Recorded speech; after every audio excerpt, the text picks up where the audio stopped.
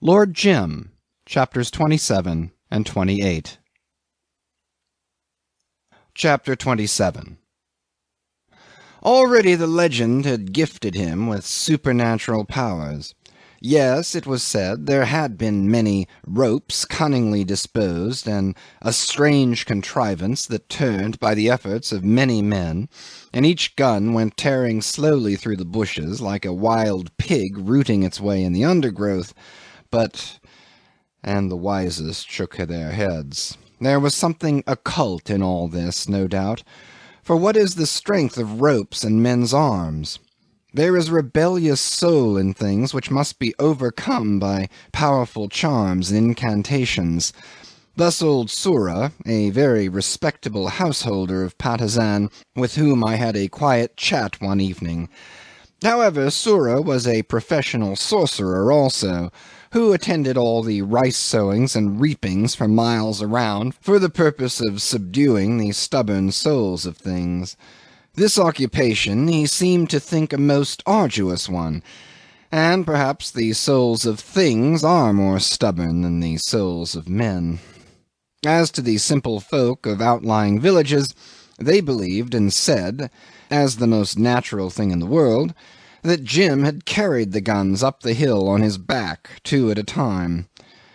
This would make Jim stamp his foot in vexation and exclaim with an exasperated little laugh, "What can you do with such silly beggars? They will sit up half the night talking bally rot, and the greater the lie, the more they seem to like it." You could trace the subtle influence of his surroundings in this irritation. It was part of his captivity. The earnestness of his denials was amusing, and at last I said, "My dear fellow, you don't suppose I believe this?" He looked at me quite startled. "Well, no, I suppose not," he said, and burst into a Homeric peal of laughter. "Well, anyhow, the guns were there, and went off all together at sunrise. Jove! You should have seen the splinters fly," he cried. By his side Dain Waris, listening with a quiet smile, dropped his eyelids and shuffled his feet a little. It appears that the success in mounting the guns had given Jim's people such a feeling of confidence that he ventured to leave the battery under the charge of 2 elderly Bugis who had seen some fighting in their day, and went to join Dain Waris and the storming party, who were concealed in the ravine. In the small hours they began creeping up, and when 2/3 of the way up, lay in the wet grass waiting for the appearance of the sun, which was the agreed signal.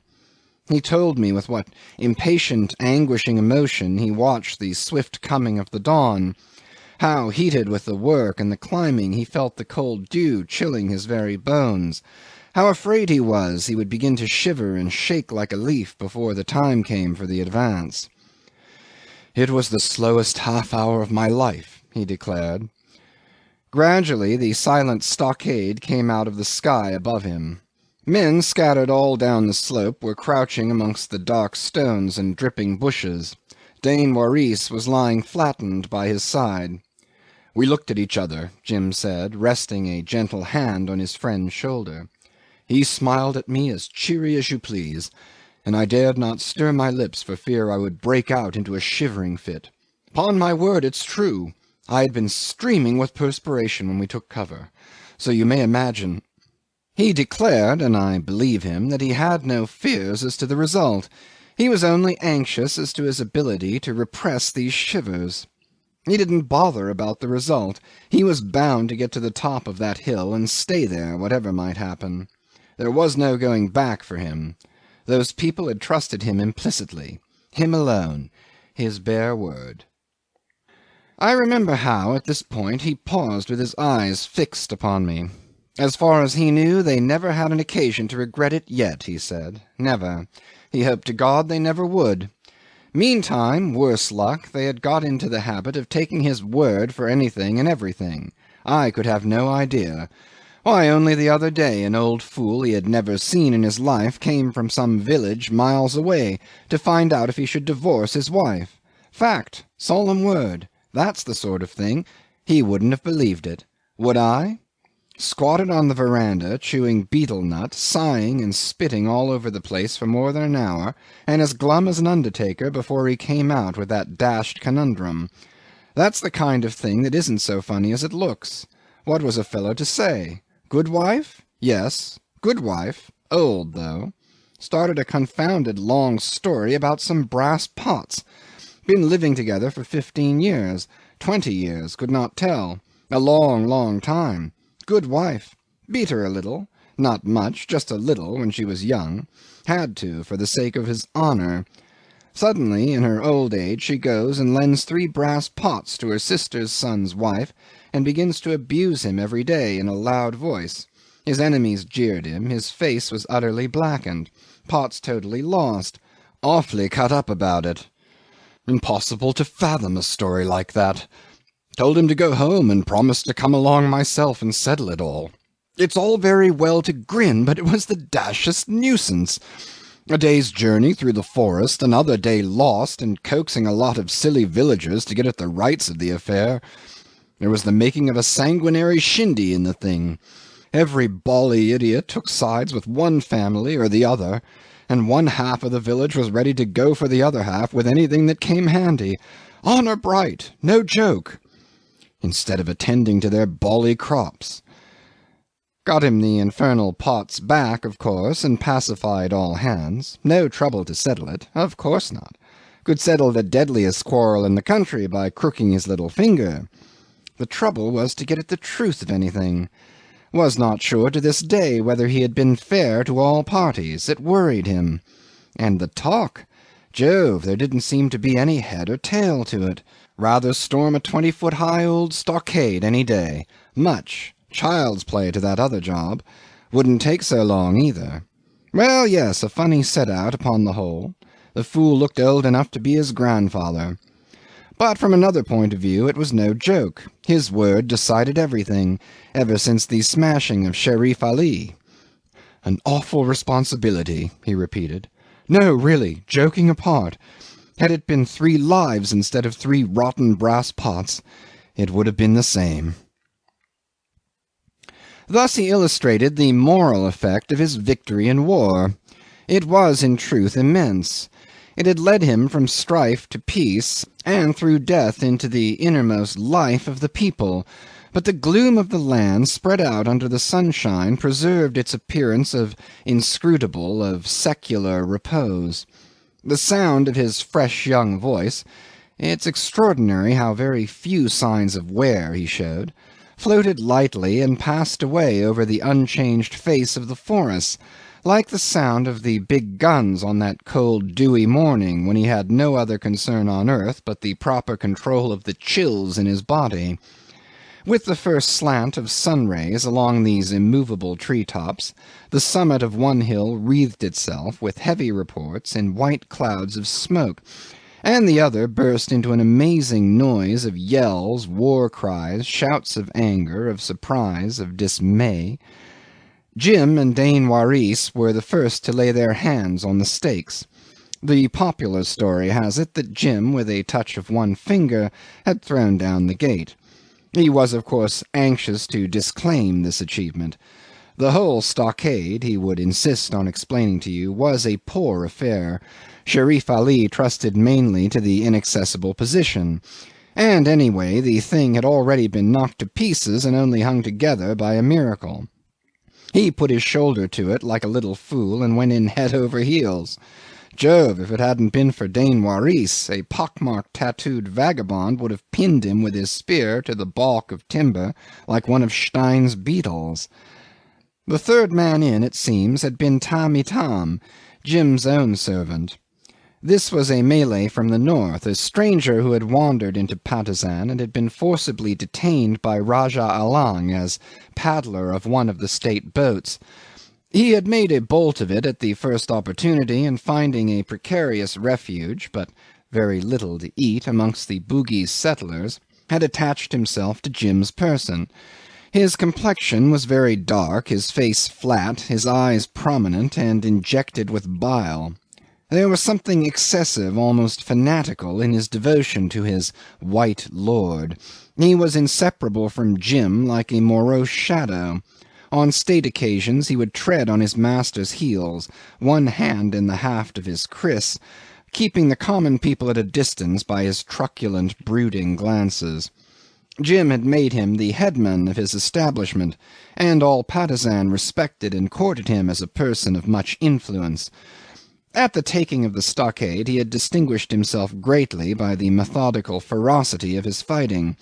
The storming party had come on so quick, Jim said, that, notwithstanding the panic of the garrison, there was a hot 5 minutes of hand-to-hand inside that stockade, till some bally ass set fire to the shelters of boughs and dry grass, and we had to clear out for dear life. The rout, it seems, had been complete. Doramin, waiting immovably in his chair on the hillside, with the smoke of the gun spreading slowly above his big head, received the news with a deep grunt. When informed that his son was safe and leading the pursuit, he, without another sound, made a mighty effort to rise. His attendants hurried to his help, and, held up reverently, he shuffled with great dignity into a bit of shade, where he laid himself down to sleep, covered entirely with a piece of white sheeting. In Patusan the excitement was immense. Jim told me that from the hill, turning his back on the stockade, with its embers, black ashes, and half-consumed corpses, he could see time after time the open spaces between the houses on both sides of the stream fill suddenly with a seething rush of people, and get empty in a moment. His ears caught feebly from below the tremendous din of gongs and drums. The wild shouts of the crowd reached him in bursts of faint roaring. A lot of streamers made a flutter as of little white, red, and yellow birds amongst the brown ridges of roofs. "You must have enjoyed it," I murmured, feeling the stir of sympathetic emotion. It was immense, immense," he cried aloud, flinging his arms open. The sudden movement startled me, as though I had seen him bare the secrets of his breast to the sunshine, to the brooding forest, to the steely sea. Below us the town reposed in easy curves upon the banks of a stream whose current seemed to sleep. "Immense," he repeated for a third time, speaking in a whisper, for himself alone. Immense. No doubt it was immense. The seal of success upon his words, the conquered ground for the soles of his feet, the blind trust of men, the belief in himself, snatched from the fire, the solitude of his achievement. All this, as I've warned you, gets dwarfed in the telling. I can't with mere words convey to you the impression of his total and utter isolation. I know, of course, he was in every sense alone of his kind there, but the unsuspected qualities of his nature had brought him into such close touch with his surroundings that this isolation seemed only the effect of his power. His loneliness added to his stature. There was nothing within sight to compare him with, as though he had been one of those exceptional men who can only be measured by the greatness of their fame. And his fame, remember, was the greatest thing around for many a day's journey. You would have to paddle, pole, or track a long weary way through the jungle before you passed beyond the reach of its voice. Its voice was not the trumpeting of the disreputable goddess we all know, not blatant, not brazen. It took its tone from the stillness and gloom of the land without a past, where his word was the one truth of every passing day. It shared something of the nature of that silence through which it accompanied you into unexplored depths, heard continuously by your side, penetrating, far-reaching, tinged with wonder and mystery on the lips of whispering men. Chapter 28. The defeated Sharif Ali fled the country without making another stand, and when the miserable hunted villagers began to crawl out of the jungle back to their rotting houses, it was Jim who, in consultation with Dain Waris, appointed the headmen. Thus he became the virtual ruler of the land. As to old Tunku Allang, his fears at first had known no bounds. It is said that at the intelligence of the successful storming of the hill he flung himself face down on the bamboo floor of his audience hall, and lay motionless for a whole night and a whole day, uttering stifled sounds of such an appalling nature that no man dared approach his prostrate form nearer than a spear's length. Already he could see himself driven ignominiously out of Patusan, wandering, abandoned, stripped, without opium, without his women, without followers, a fair game for the first comer to kill. After Sherif Ali his turn would come, and who could resist an attack led by such a devil? And indeed he owed his life and such authority as he still possessed at the time of my visit to Jim's idea of what was fair alone. The Bugis had been extremely anxious to pay off old scores, and the impressive old Doramin cherished the hope of yet seeing his son ruler of Patusan. During one of our interviews he deliberately allowed me to get a glimpse of this secret ambition. Nothing could be finer in its way than the dignified wariness of his approaches. He himself, he began by declaring, had used his strength in his young days, but now he had grown old and tired. With his imposing bulk and haughty little eyes darting sagacious, inquisitive glances, he reminded one irresistibly of a cunning old elephant.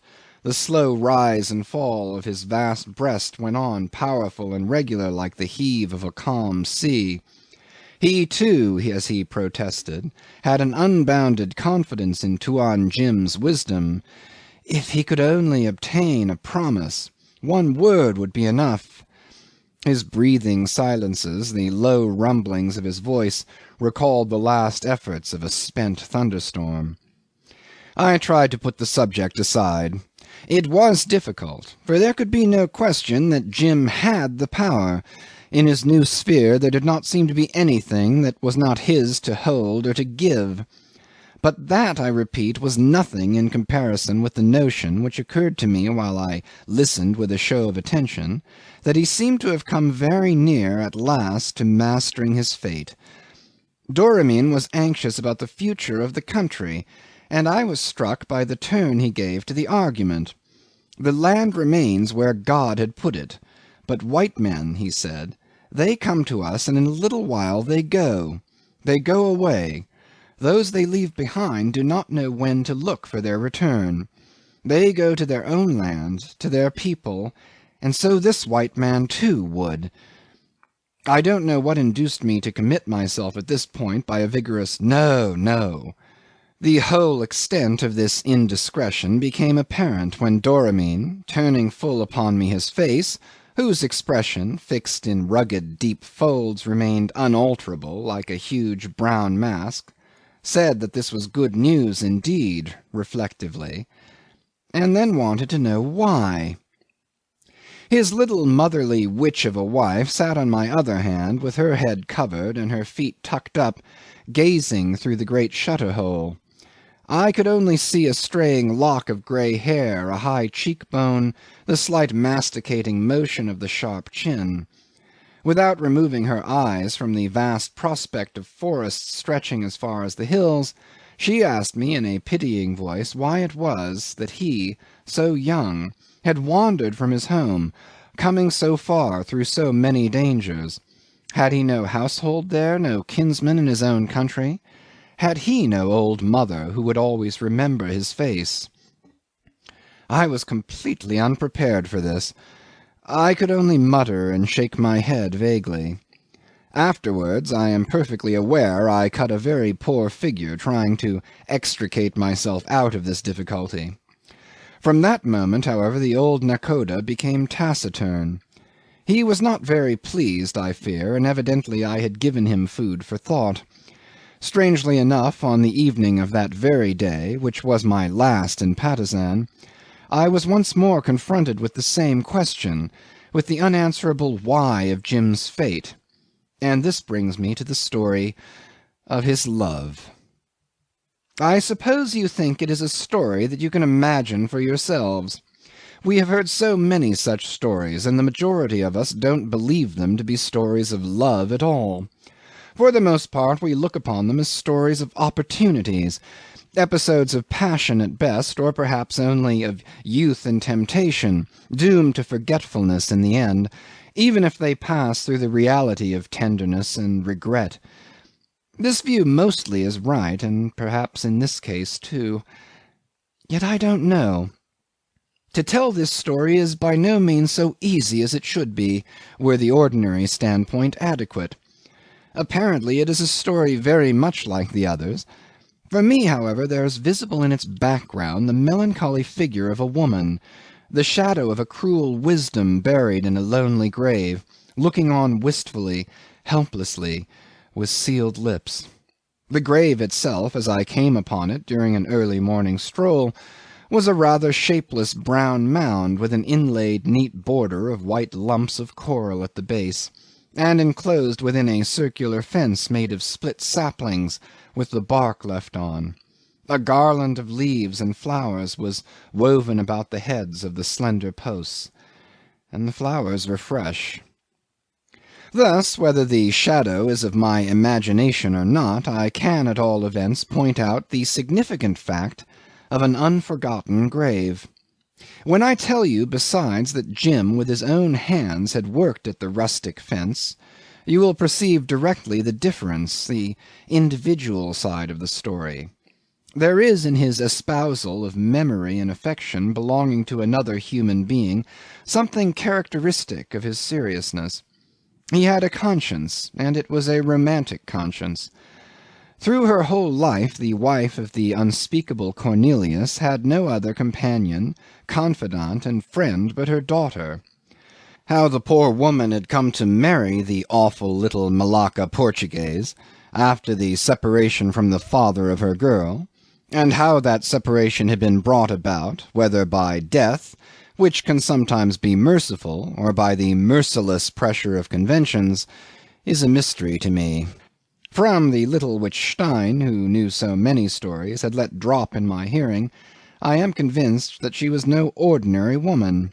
Her own father had been a white, a high official, one of the brilliantly endowed men who are not dull enough to nurse a success, and whose careers so often end under a cloud. I suppose she too must have lacked the saving dullness, and her career ended in Patusan.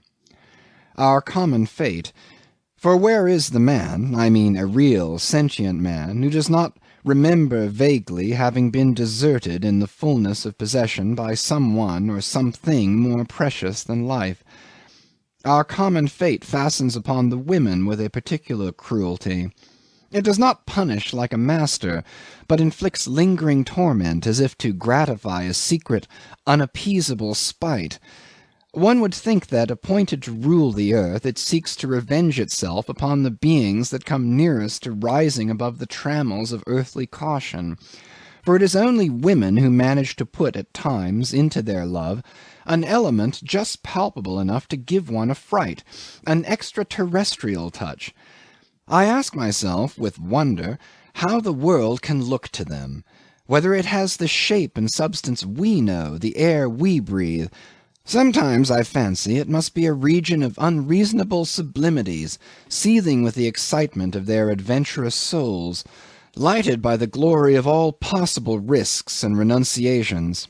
However, I suspect there are very few women in the world, though of course I am aware of the multitudes of mankind and of the equality of sexes, in point of numbers, that is. But I am sure that the mother was as much of a woman as the daughter seemed to be.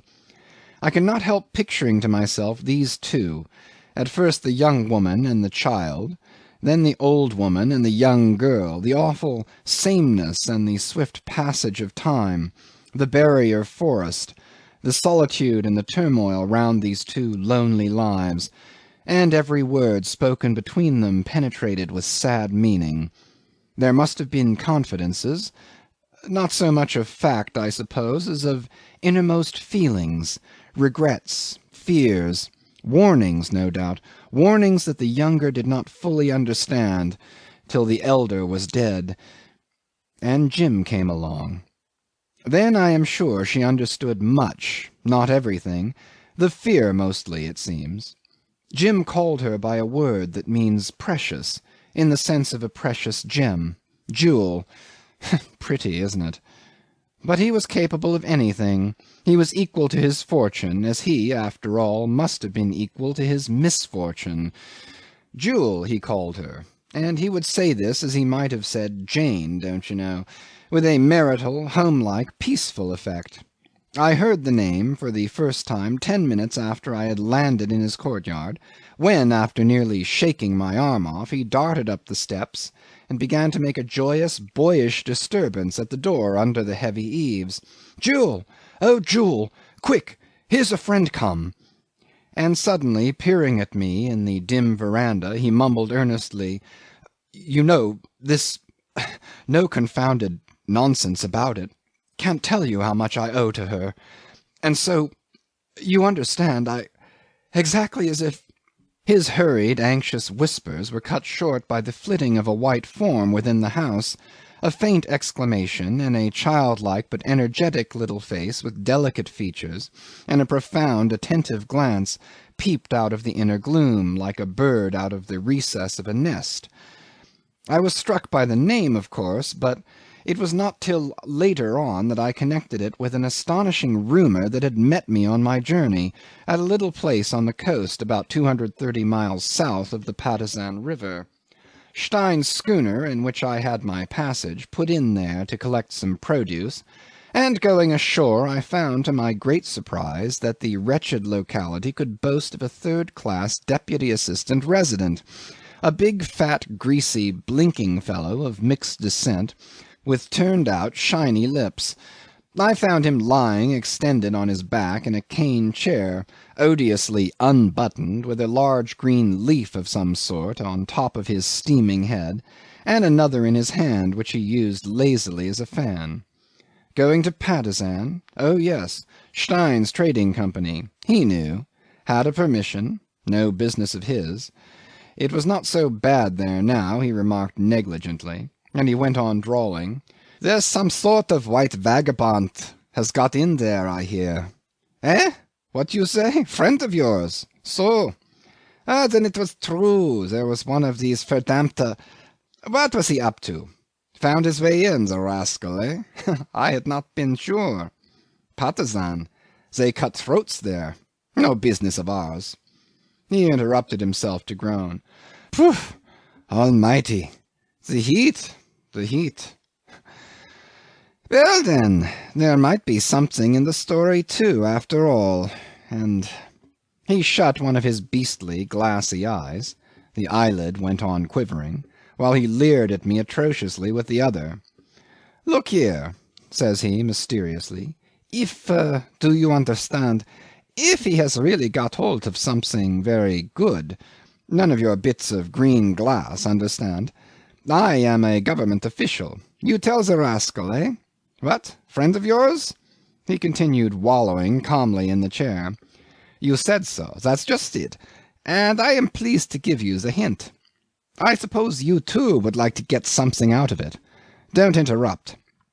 You just tell him I've heard the tale, but to my government I have made no report. Not yet, see? I make a report. Eh? Tell him to come to me, if they let him get alive out of the country. He had better look out for himself, eh? I promise to ask no questions. On the quiet. You understand? You too. You shall get something from me. Small commission for the trouble. Don't interrupt. I am a government official, and make no report. That's business. Understand? I know some good people that will buy anything worth having, and can give him more money than the scoundrel ever saw in his life. I know his sort." He fixed me steadfastly with both his eyes open, while I stood over him utterly amazed, and asking myself whether he was mad or drunk. He perspired, puffed, moaning feebly, and scratching himself with such horrible composure that I could not bear the sight long enough to find out.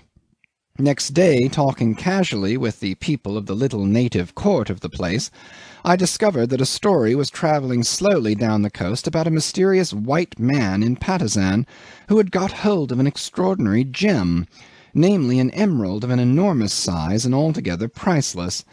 The emerald seems to appeal more to the Eastern imagination than any other precious stone. The white man had obtained it, I was told, partly by the exercise of his wonderful strength and partly by cunning, from the ruler of a distant country, whence he had fled instantly, arriving at Patusan in utmost distress, but frightening the people by his extreme ferocity, which nothing seemed able to subdue. Most of my informants were of the opinion that this stone was probably unlucky, like the famous stone of the Sultan of Sukadana, which in old times had brought wars and untold calamities upon that country. Perhaps it was the same stone, one couldn't say. Indeed, the story of a fabulously large emerald is as old as the arrival of the first white men in the archipelago, and the belief in it is so persistent that less than 40 years ago there had been an official Dutch inquiry into the truth of it. Such a jewel, it was explained to me by the old fellow from whom I heard most of this amazing Jim myth, a sort of scribe to the wretched little Rajah of the place. Such a jewel, he said, cocking his poor purblind eyes up at me, he was sitting on the cabin floor out of respect, is best preserved by being concealed about the person of a woman. Yet it is not every woman that would do. She must be young. He sighed deeply, and insensible to the seductions of love. He shook his head sceptically. But such a woman seemed to be actually in existence. He had been told of a tall girl whom the white man treated with great respect and care, and who never went forth from the house unattended. People said the white man could be seen with her almost any day. They walked side by side openly, he holding her arm under his, pressed to his side, thus, in a most extraordinary way. This might be a lie, he conceded, for it was indeed a strange thing for anyone to do. On the other hand, there could be no doubt she wore the white man's jewel concealed upon her bosom. End of chapters 27 and 28.